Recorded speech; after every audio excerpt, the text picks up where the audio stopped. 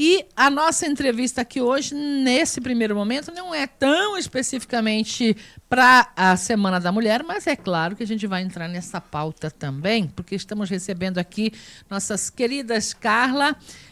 Bom dia, para a gente falar um pouquinho de psicologia familiar. É isso, Carla? Bem-vinda, bom dia. Bom dia, Marlene. Bom dia a todos os ouvintes, né? Obrigada mais uma vez pelo convite.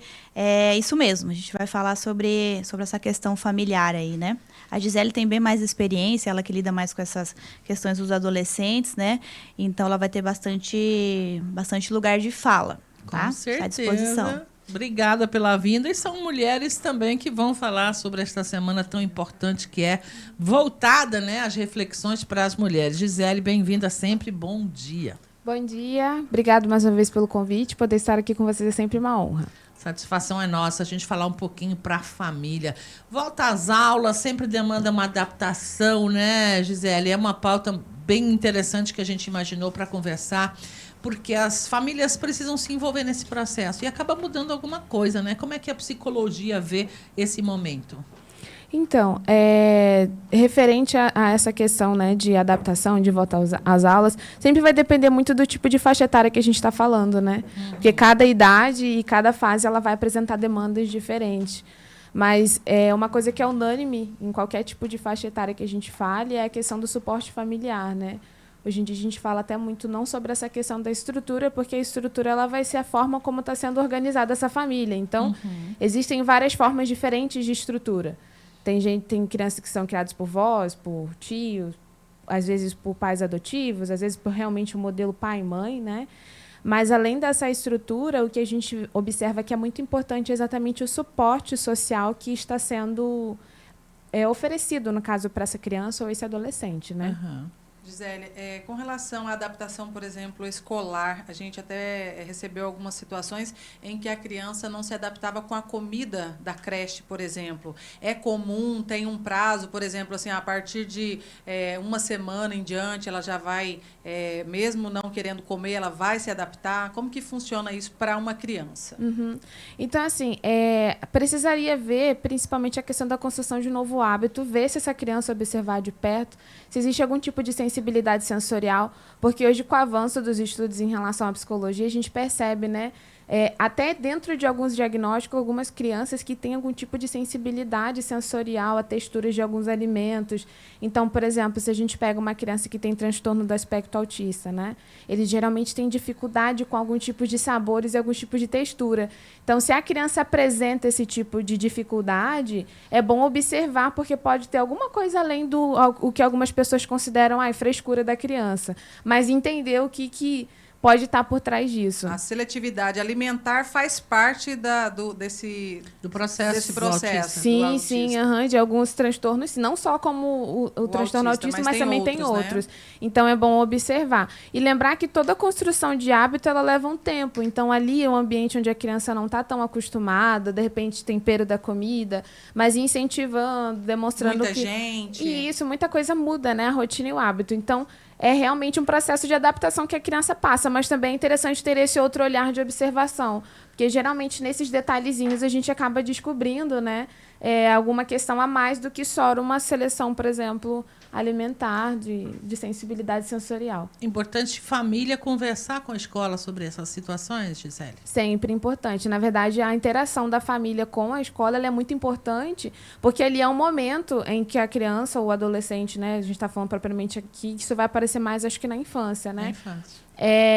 Da escola, mas muitas das vezes são demandas de casa e que os pais têm esse papel de chegar na escola, conversar, olha, meu filho tem dificuldade com isso, para fazer uma adaptação dos dois ambientes, para fazer com que aquilo seja o mais saudável possível para a criança. Vamos falar um pouquinho do processo inverso, bullying ainda, né? Eu acho que ainda precisamos falar de bullying, ou será que não mais? Que sinais precisamos ficar atentos? Família em relação à criança, adolescente, enfim. Ele mostra quando pode estar sofrendo? É possível observar? Sim, tanto que a gente observa muito fala das crianças e dos adolescentes, um comportamento mais introspectivo, onde a criança fica mais quieta. Um sinal também de alerta é que talvez a escola acabe sendo, né, e se tornando um ambiente aversivo. Então, aquela criança que tem uma uma resistência muito grande aí à escola, é bom ir conversar, entender, perceber se o comportamento dessa criança, de alguma forma, foi modificado ou está sendo mudado, né? Então, a criança, geralmente, ela vai apresentar algum comportamento, ela vai comentar sobre algum coleguinha. Então, a criança entender que ele tem um suporte, que ele pode falar sobre esses possíveis abusos ou implicâncias, ou o que pode exceder até uma simples implicância básica, né? Ir para uma questão mais séria. Os pais se colocando nessa posição de ouvir o filho, ouvir a demanda, como que foi na escola. Às vezes são coisas simples, né? De perguntar como é que foi o dia na escola, como é que está a relação com os colegas. São coisas que devem ser, de fato, reparadas e percebidas. O inverso também pode ser observado. Por exemplo, eu consigo observar que meu filho está sofrendo bullying, como também consigo observar que o meu filho está praticando bullying contra um coleguinha. Também é possível observar a partir do comportamento. E, inclusive, como que a gente pode trabalhar com a prevenção, Sim, né? Isso é importante. Então, assim, eu acho que desde sempre, o primeiro contato social que uma criança tem é com a família. É o primeiro ambiente social, onde ele tem primos, pai, mãe, irmãos em geral. Então, assim, se desde sempre é comentado e falado sobre a questão da diversidade, da diferença, do respeito ao próximo, que isso é importante e é necessário, né? Entender que o outro pode ser diferente de mim, mas que eu preciso respeitar e cuidar desse outro da mesma forma. É uma das formas que a gente consegue criar uma consciência na criança, né, de que ela precisa fazer o bem ao próximo. E não propagar nenhum tipo de preconceito ou de falas que podem ser, de alguma forma, ofensivas, né? Isso vem de casa. Não adianta a gente falar que não porque vem. Se a família tem o hábito, tipo, um tirar onda com a cara do outro, a criança pode achar que isso é normal e tudo bem lá fora. É isso, mais ou menos? É reprodução de comportamento, né? Então, assim, como eu estava falando Você tem antes... esse cuidado, no caso, na convivência, quando tem uma Isso, criança perto, tem que ter esse cuidado. Claro, porque como eu falei no início aqui, né? O primeiro contato social que uma criança tem é com a família. Então, o comportamento que ela vai reproduzir na escola é o que ela tem dentro de casa. Então, isso tem que ser observado sempre e cuidado com certeza. Pela experiência de vocês em consultório e etc., está aumentando ou está diminuindo esse tipo de situação hoje em dia em relação a alguns anos passados, quando se começou, digamos, a falar de bullying, identificar isso como uma atitude não muito positiva ou nada positivo? Eu acredito que hoje aumentou uma conscientização do que ocorre. Aí a gente enxerga mais. Isso, mas não que tenha... Aumentado o volume. Ou diminuído. Ou Eu diminuído. acho que hoje as pessoas têm entendido esse processo, falado mais sobre isso. Mas só que ainda existe um grupo de pessoas que a gente escuta muito isso, entender que às vezes isso é frescura. Então, assim, isso aí é bobeira, eu fui criado com bullying, hoje eu tô bem e não me trouxe nenhum trauma. Como é que a psicologia vê isso? Essa visão Dessa pessoa mimimi, que diz né? isso. Esse Não, termo pode ficar à vontade. A gente esse sabe termo que é conhecido, né? Isso é lamentável. É lamentável porque eu tô começando a querer falar sobre a dor do outro, ou querendo minimizar, ou porque, assim, muitas das coisas, às vezes, elas acabam não sendo aparentes porque elas não são faladas. Mas isso não quer dizer que não cause prejuízo. Então, às vezes, uma pessoa dessa, sofri bullying na escola o tempo todo, e isso nunca me teve nenhum tipo de problema. Mas será que não? Será que se você nem percebe? Se ela lembra que sofreu bullying... né? Então, assim, será que se você for colocado diante de uma situação de psicoterapia, na qual você vai falar sobre essas questões, será que não vai aparecer nada sobre isso?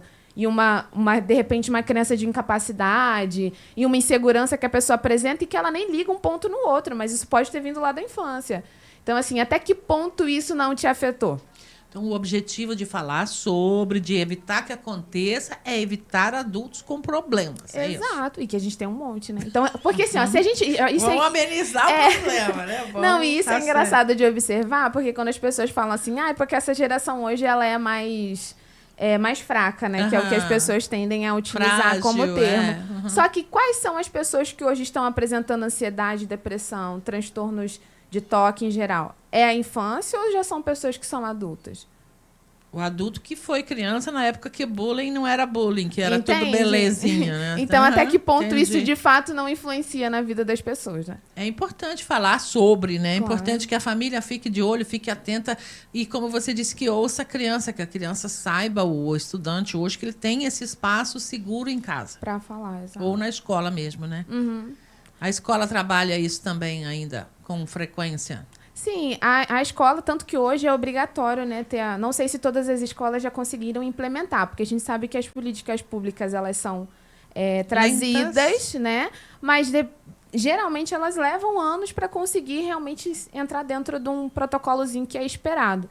Então, assim, hoje já se pede, solicita-se, né, que todas as escolas municipais ou particulares tenham um psicólogo e um assistente social, exatamente para dar esse suporte quando essas situações ocorrem, né? Então, a escola geralmente faz esse acolhimento. É claro que também precisa ter uma consciência dos profissionais enquanto pedagogos, toda a equipe que trabalha com criança, né?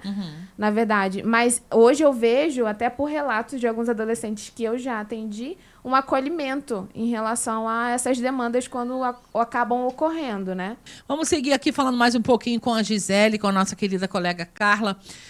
Semana da Mulher, a gente tem aí que lembrar, né, que as mulheres estão integradas nessa carga toda da família. O que a gente pode falar para elas? É como um lembretinho, né? Não dá para esquecer de se cuidar para poder cuidar de alguém, né? Exatamente, né? A Carla que gosta muito, né, de usar aquela ilustração que se utiliza no avião, né, quando está sendo orientado pelos... Primeiro a máscara na gente, depois depois no outro para colega, cuidar, né? Então, certeza. Cuidar de si é muito importante, exatamente porque é impossível. Cuidar de alguém se não estiver bem. Exato. Então, e a mulher, ela tem um papel muito importante e fundamental, né? Quando a gente fala sobre família, sobre a imagem da mãe, né? Dentro do seu seio familiar, tanto como esposa, quando você não é esposa...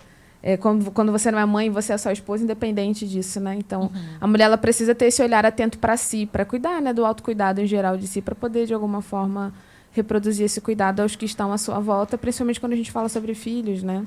E para os demais, o que a gente pode dizer aí que estão nesse grupo familiar e que, às vezes, têm aquele hábito de achar que porque existe uma mulher dentro dessa casa, as tarefas são da mulher?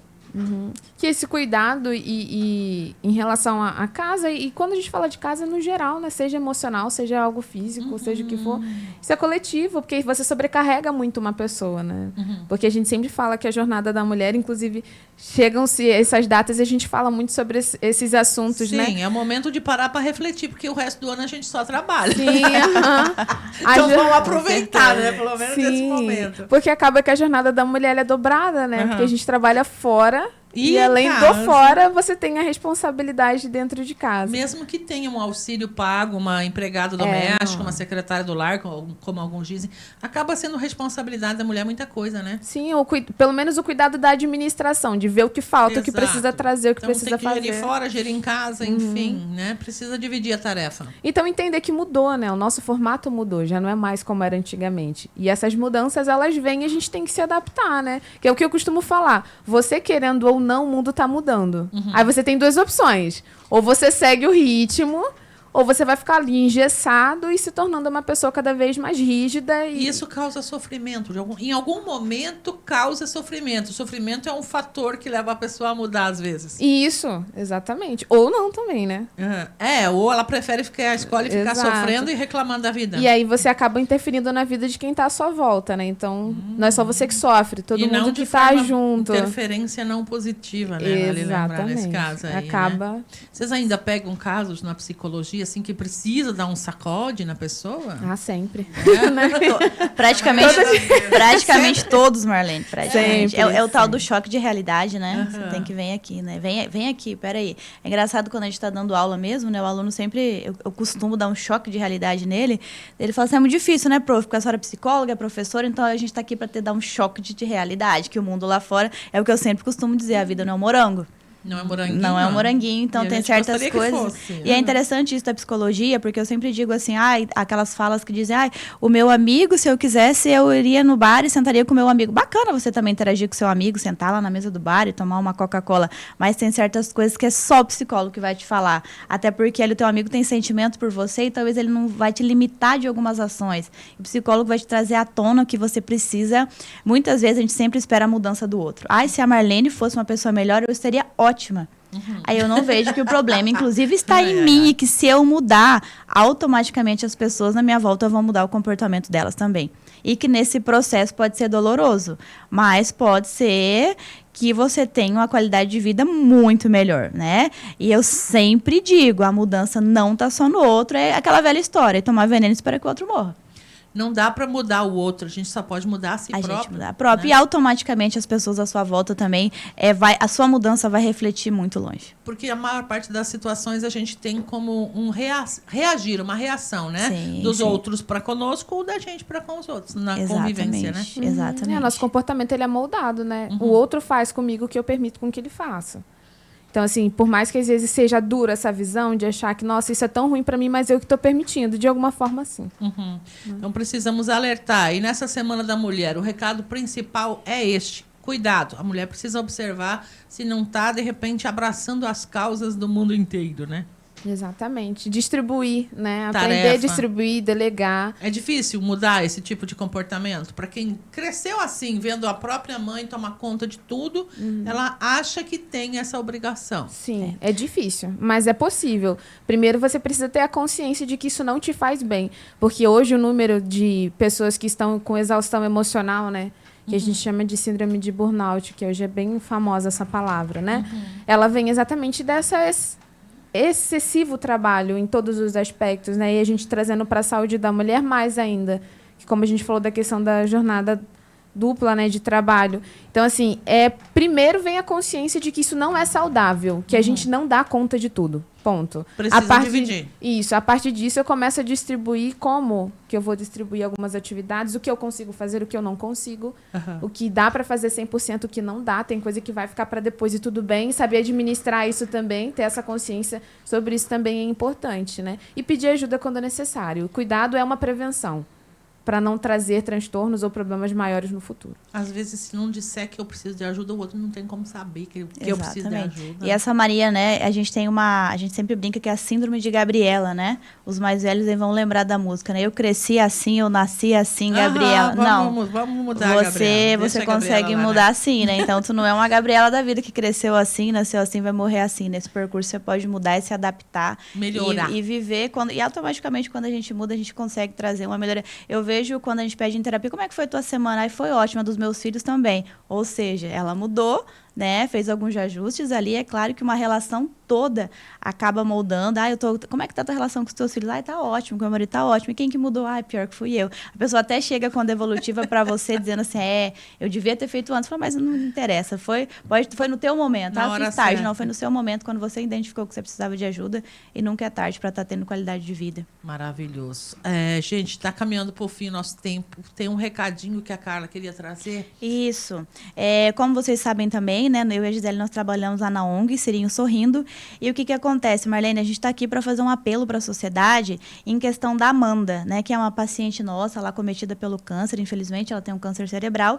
E ela está promovendo uma feijoada, né? Ela mesma não é a ONG, é a família dela. Por quê? Porque nós conseguimos, né, o tratamento médico e tudo mais, mas ela precisa, a mãe e ela, né, estão sem trabalhar. A mãe teve que parar de trabalhar em virtude para cuidar dela. E ela também, a perícia médica dela, infelizmente, está para agosto, quando ela vai ter algum benefício. E está cada vez mais difícil na situação dela. Mostra aí, Pedro, para nós a imagenzinha enquanto a Carla vai falando. Então, o que a gente veio pedir para vocês, para a gente conseguir vender os ingressos dela, né? Então, quem quiser tá comprando essa feijoada, tá? Nós temos lá na ONG para estar vendendo, tá? Ela vai acontecer agora dia 9, não vai ser um evento, né? Que vai ter você vai poder ir no local, pegar a feijoada e levar para casa. Só retirada, né? Então, é lá no palco A do CTG, várias pessoas estão em prol da Amanda. E tem o telefone da mãe dela, que pode estar comprando também, que eu posso estar falando aqui, que é o 99695-4944, tá? Espero que vocês também, se alguém tiver entrar em contato com vocês, podem se dirigir lá até a ONG para o valor é R$50 e é completo. Feijoada, arroz, feijão, couve, laranja, né? E o principal é que semeando bem para essa menina que tanto precisa, 21 anos aí, e tenho certeza que vai estar ajudando ela demais e essa família, porque ela precisa da questão do suplemento, a gente está ajudando, tem várias coisas que ela não consegue abraçar, mas isso de estar fazendo, ou seja, pagando as contas da família todo dia ali, e fora que assim, a partir do momento que ela começa a se preocupar com as contas aí, acaba piorando o quadro dela cada vez mais. Então a gente consegue ajudar, a Sociedade Sorrisense é perfeita, solidária nesses quesitos, então quem precisar, gente, né, estar ajudando ela em outros quesitos também, mas nessa feijoada, procure nós que a gente tem o ingresso lá, e a feijoada vai ser no sábado, então a gente tem até sábado para estar comprando e indo lá retirar essa feijoada, que é muito boa, as pessoas que estão fazendo também, também estão fazendo de forma voluntária. Todos os produtos que ela está usando também foi pessoas que doaram. Então, é uma feijoada muito bonita e a gente precisa muito da ajuda de vocês para estar ajudando a Amanda. Perfeito. Vamos adquirir a nossa também já. Tá aí dado o recado. À tarde a gente replica no site para quem de repente não pegou.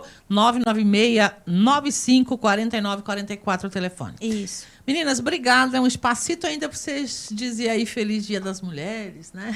Tem muito assunto, mas infelizmente o tempo aqui passa muito ligeiro. E na verdade a gente sempre é cercado por inúmeras mulheres, né? A todo momento. Eu mesmo, né, trabalho em vários lugares aí, todas as minhas gestoras são todas mulheres. Então, assim, primeiramente para minha mãe, Feliz Dia das Mulheres, que é a primeira na pirâmide ali de hierarquia, né? Para minha filha também, que veio dessa... Maravilhosa tem tem uma linhagem boa, como diz minha mãe, né? E para todas as pessoas que a gente trabalha, né? Todas as minhas colegas lá do AME, né? Que tem vários, uma equipe formada por a maioria mulheres. Lindas também. Mulheres Nessa também. bancada aqui também todas mulheres. Então, Feliz Dia das Mulheres para vocês, para as minhas sócias do consultório e para todas as mulheres em geral. E como diz lá a Coco Chanel, né? A gente pode tudo e sempre. Só basta querer.